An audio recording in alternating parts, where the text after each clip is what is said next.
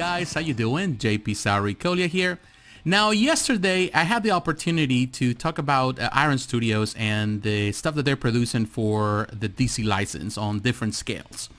But they're also producing stuff for Marvel, and this week they just announced, it went on pre-order, a new Colossus, also a Pyro, all for the 110 scale line, and definitely they look great. So in this video I want to break down the information that we have so far, the good and the bad, what I like, what I don't like, and ultimately let you know if I think you should pre-order this or not. So in the next couple of minutes, stay tuned.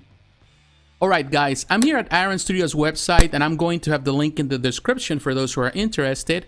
And we're going to start with Colossus. It says Colossus BDS, which I think stands for Battle Diorama Series, R-Scale 110, Marvel Comics. And the price is $179.99. This is a concern for a lot of people right now with the prices. If you compare to some of the pieces that have been produced, like for example, on the DC license, it seems that they're cheaper. So it has to do more with the license rather than the production, the cost of producing these pieces.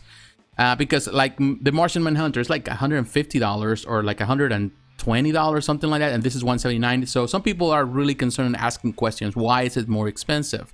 Which I understand. I feel that they're getting into a place where the cost the same as the ones it used to, to be priced a few years back. So of course, but that's across the board. All the different scales, all the companies are really raising their prices. It's more expensive to produce nowadays, unfortunately, but that's the reality. But right now it's on pre-order. Of course, you can pay in full, or you can choose the payment plan. You can go up to 5 payments.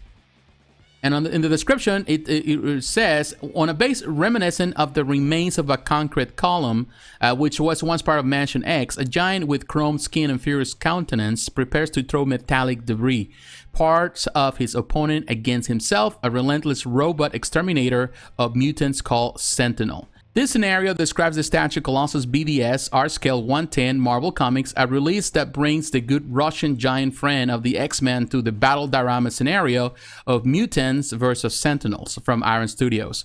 Created by Len Wein, Dave Cochran, and Chris Claremont, the young Russian Peter Nikolaevich Rasputin was born a mutant and grew up on a farm in Siberia, in the extinct Soviet Union. From a humble family, his mutation allows him to transform his whole body into a type of organic steel on the outside, while his internal organs are converted into pure energy. This gives him super strength and a body armor that makes him almost invulnerable. Invited by Professor X, he founded the second formation of the X-Men. In contrast to his gross appearance, Colossus has a peaceful and even innocent nature, characteristics explored with good humor in the film Deadpool, where the hero has a great participation. I don't know why they write all this. Now here it says the item will be released on June of 2021, so there's plenty of time. It's going to be a year from now. But here, of course, it tells you the scale. We know that. It's limited edition. It's made in polystone, hand-painted. Product dimensions 11.8 inches in height, 5.9 inches in width, 8.3 inches in length, and the weight is 2.4 pounds. So this is going to be a bit heavy in comparison to other figures. And it says 4th quarter of 2020. It says right there. But it says differently here, but that's what they say. And definitely I love this design. Of course, I'm a big fan of Colossus. If you have followed my channel, you know that I have reviewed Colossus statues here, and I really love Colossus. I enjoy the character. I think it's a fantastic character when it's well done. I haven't really met a Colossus that I didn't like, from Bowen Designs, Kotobukiya, Sideshow Collectibles. So many other companies that produce Colossus. It's always a character that is so fun to produce, and I have owned many Colossus in the past.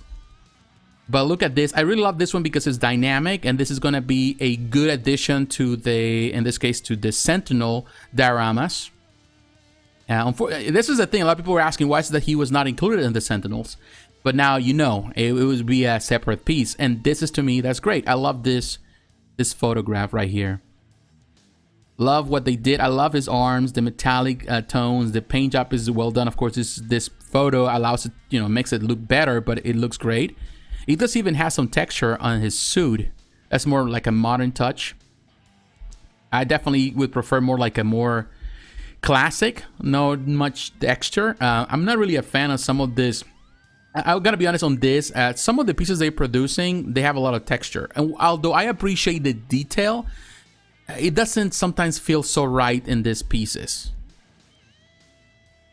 But it doesn't mean that it's bad at all. Look great. Love his, love that. Love the action. It would be nice, I would say, if they provide you with a second portrait. I would love to have I think something that a lot of, in this case, companies miss. Sometimes they give you, like Korobukiya did, they give you two portraits, one with a more calm face and one with an angry face. I would love to have one where it's just the human face. Like in this case, Sideshow did with the comic kit, which I own at some point. I love that comic kit. You have the exclusive had the human face, and it seems that people kind of skip that all the time with these companies. And as I can see, there's some texture in his boots and his clothes. I'm not a fan of that texture, but the piece is excellent. The whole thing is excellent. I love the size of his arms, and the hands are huge, as they should be. Great piece right there. Great detail. Definitely, this is a piece that, even though it goes well with the battle diorama scene with the Sentinels, I think it's going to display also great by itself. Again, you can see the texture, kind of like a leather texture. Not a fan of that one. I'm okay with the texture in the yellow. It's fine, but not with in the red. I'm just not a fan of. Really like his demeanor. Love the size of those hands. The base is simple, but it goes well with the theme that they're trying to portray. Again, you can see the texture in the boots. Not crazy about the texture again, because it's weird. Like the texture is here, but it's not even here. Well, that would be weird in his shorts. But definitely they have nice pictures here. This is definitely a winner in my opinion. Besides some of the minor nitpicks, it's a nice piece. He's definitely heavy. He's not as tall, I would say, but it's in this case he's huge. He is a bulky guy, so definitely this is a great addition, one that needs to be considered. All right, now we're moving into Pyro, and Pyro was pretty much a piece that came out of the left field, and it was good in my opinion. It's something that I'm happy that it was showcased, and I'm happy for the depiction. I think it's a perfect depiction of Pyro. So let's read the information that we have so far. Of course, it's Pyro BDS, R scale 110, Marvel Comics is 150. Again, it's a bit it's steep in comparison to the DC pieces. I will go more for like a 120, 130 perhaps, but that's what it is. You can also choose the payment plan, which is 5 payments. And according to this right here, it will be released December 1st, 2020, so it's going to release even sooner than Colossus. Now, in a scene devastation and fire, he's one of the few characters who feels comfortable. Iron Studios presents one more figure part of its grand X-Men versus diorama, the Sentinel robots under Magneto's control. Wow, that's the part of what I'm not really keen about, that concept of also Magneto controlling in this case, the Sentinels. That's something that I'm not... It doesn't feel right for me in that case, but that's what they went along, and that's what actually explains some things in the display, the way in this case Magneto is positioned there, but it just doesn't play well for me, as a comic book geek.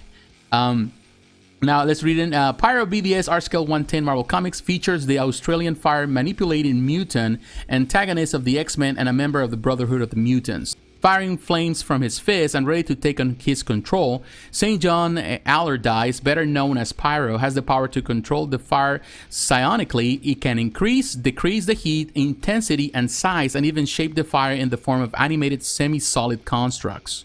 He can manipulate fire but not create it, so he uses a flamethrower on his back to deliver the precise flames fire from his fists. Although raised as a villain by the masterful duo of John Byrne and Chris Claremont, who revitalized the X-Men in the 1980s, Pyro has already become an agent of the US government in exchange for total forgiveness, a member of the team known as the Freedom Force.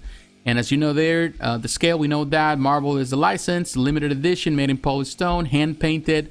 The dimensions are 7.4 inches in height, which is not really that tall, 5.9 inches in width, and 7.8 inches in length. It weighs less than a pound and releases 4/4 of 2020. Now, before this, prior to this day, we had never seen a full-scale, a full-size statue of Pyro. We only have the mini bus that was created for Bowen Designs by Joe Mena. Fantastic mini bus, very hard to come by, very expensive. You know, it's not easy to come by because most people, you know, they want a Pyro. There's no other options. There are other options if you go into the custom route, into the private commissions, and I've seen some of that in different scales, but nothing official. So this is the first time we see a full statue, a full body statue that is licensed, and that to me is great. And I love this. They did a fantastic job even with the fire, the translucent resin on that. Love this. Love his depiction. Very nice. You know, in this case, sculpt. Very nicely done. I love the paint job. Definitely doesn't really need much. Yeah, you can say maybe they can have a more maniac, you know, smiling or smirking or yelling or whatever action portrait. If you can give that, I think it would be nice to have that. But beyond that, it's perfect. It looks perfect just the way it is. And I love that. I love the detail in this piece. Look at that. Very nicely done. This is what I really love about Iron Studios, that they are catering to this, you know, to comic book readers like myself, that they really want more characters than just the, you know, your normal Spider-Man or Iron Man or Captain America. You also want other characters, and these are important too. Let me go back to this one because let me look at some of the detail. Love everything. Actually, in his case, for example, in comparison to Colossus, I am okay with the texture in his suit. I think he portrays the character well. It goes well with his outfit. Love the, as you can see, the shading that they did. Very good. You know, most of the time people say, well, small pieces you are unable to see a lot of this detail. But, you know, to me, it's, I don't think that it's as important. You know, scale is not as important to make something stand out. It's up the way you do it. And I feel that these small pieces, they take more work because, you know, they have to be very precise. These are hand painted pieces. So when whoever has to paint this has to be an expert painter, has to know exactly what to do it. You have to have a steady hand, and you have to be very precise, so you don't mess these little figures. And in this case, Iron Studios has produced some really nice figures, and quality has been pretty good across the board. You know, minus some things here and there, some nitpicks. It depends on all pieces. Not all pieces are equal, but for the most part, they're great. And I love this. I love this. You know, it's just perfect the way it is. And what I like about this is that you have this in a display with you know, in this case, you have a nice light on top of this character. It's going to you know, make this fire look great. The clear resin is going to look great. Very nice. Love this one. Definitely love that portrait. And here's really a showcase of the scale. It's not as big, but man, I love it. It is perfect in my opinion. Very nicely done. I love what Iron Studios is doing, and this is a testament of their quality. It's a testament of their ability to produce great products. Well, guys, there you have it. I'm telling you this, I really appreciate what Iron Studios is doing. They're not only catering to the 1/4 of the 1/3 scale collectors, they're catering to the smaller scales like the 1/6 and the 1/10. And particularly the 1/10 is a scale that gives you so many options on display. The ability to create massive dioramas with so many different characters, and to me that's something that I really treasure. I really love that. It kind of brings memories from the Bowen days when you were able to display so many pieces together. You can do that with these figures, and that to me is amazing. They're not only going after the most popular characters like Colossus, they're also catering and providing characters like Pyro that don't get as much love from collectible companies, and that to me is great. That's a great thing to do. So I'm in love with what they're doing right now. But what is your opinion? What do you think about these pieces? Are you a fan of them? Are you going to pre-order? You're not happy with the price? Let me know in the comments below. So once again, my friends, thanks for watching. God bless, and I'll talk to you again. Bye-bye.